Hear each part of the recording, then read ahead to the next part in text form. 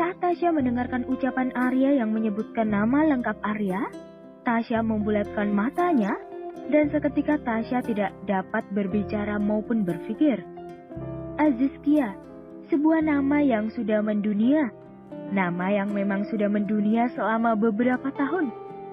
Faris Azizkia seorang pengusaha paling sukses karena Faris Azizkia mampu melebarkan sayap perusahaannya hingga manca dunia.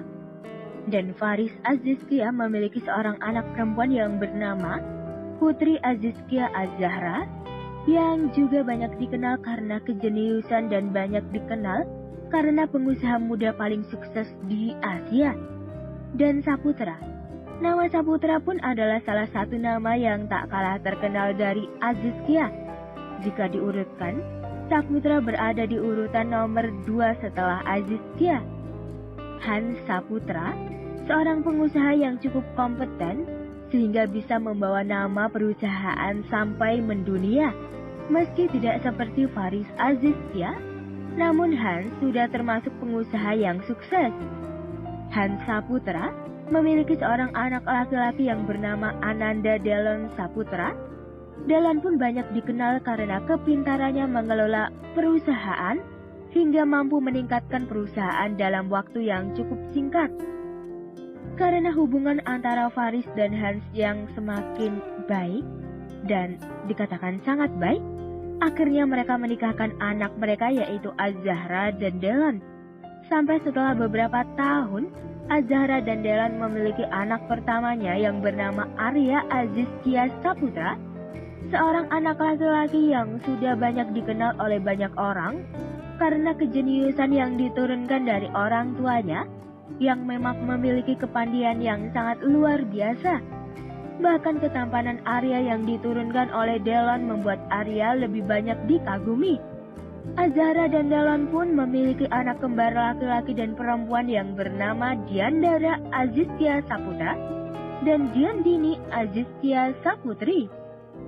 Karena Az-Zahra sudah memiliki perusahaannya sendiri yang sudah meluas, maka Faris tidak mewariskan perusahaannya dan harta bendanya pada Az-Zahra. Namun Faris akan mewariskan perusahaannya kepada Arya sang cucu pertamanya. Sedangkan perusahaan Az-Zahra akan diwariskan pada Diandini dan perusahaan Delon akan diwariskan pada Diandra kelak saat kedua anak yang masih berusia 12 tahun sudah layak untuk menjadi seorang pemimpin. Sedangkan Faris sebentar lagi akan menyerahkan perusahaannya pada Arya. Karena Arya sudah menikah dan Arya sudah layak untuk menjadi seorang pemimpin.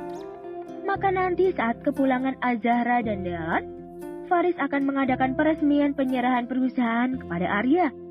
Walau Arya sudah banyak dikenal namun belum banyak yang mengetahui seperti apa rupa Arya sebenarnya. Tasya? Tasya? Tasya? Panggil Arya yang menyadarkan Tasya dari lamunannya. Hah? Ucap Tasya yang sudah tersadar dari lamunannya. Kamu kenapa? Tanya Arya yang heran dengan respon Tasya. Kamu tidak salah ucap kan? Tanya Tasya pada Arya dengan ekspresi tidak percaya apa yang telah dia dengar. Tentu saja tidak, jawab Arya. Lalu bagaimana jika keluarga kamu tahu kalau kamu menikah dengan seseorang yang sudah tidak diharapkan dan sudah dibuang oleh keluarganya sendiri? Tanya Tasya dengan suara yang lirih. Kamu tidak perlu khawatir, Tasya. Semua yang kamu pikirkan itu tidak benar. Karena mereka tidak pernah menilai orang dari ras, status, dan kalangan. Mereka menyayangi kamu apa adanya, Tasya. Jelas Arya. Mana mungkin? Mereka kan belum tahu aku. Belum pernah bertemu denganku juga, ucap Tasya. Tasya. Kamu ini benar-benar ya. Mereka hanya tinggal duduk manis dan dalam hitungan jam mereka akan mengetahui semua tentang kamu. Jadi kamu tidak perlu khawatir. Kamu tidak harus menjadi orang lain untuk disukai mereka. Kamu hanya perlu menjadi diri kamu sendiri. Dan satu lagi, kamu tidak usah menjaga sikap kamu karena takut mencemarkan nama baik mereka. Karena mereka bukan tipe orang yang mementingkan nama baik mereka. Jelas Arya. Masa? Tanya Tasya dengan wajahnya yang terlihat seperti seorang anak kecil yang membuat Arya tertawa. Hahaha. Tawa Arya menggelegar memenuhi kamar mereka. Tasya yang mendengar tawa Arya menjadi sangat kesal sehingga Tasya memukul Arya. Arya, kamu nyebelin, ucap Tasya yang memukul-mukul Arya karena kesal. Oke, maaf sayang, ucap Arya yang menarik Tasya dan memeluknya. Tasya yang dipanggil sayang dan tiba-tiba dipeluk oleh Arya menjadi sangat malu. Bahkan wajah Tasya sudah memerah merona. Setelah Arya dan Tasya berbincang-bincang, akhirnya Arya dan Tasya memutuskan membereskan barang mereka dan langsung pergi ke rumah sewa mereka. Arya dan Tasya sampai di rumah sewanya. Tasya membereskan barang-barangnya, sedangkan Arya tengah tertidur. Setelah Tasya selesai membereskan barang-barangnya, Tasya ikut membaringkan tubuhnya di tempat tidur di samping Arya.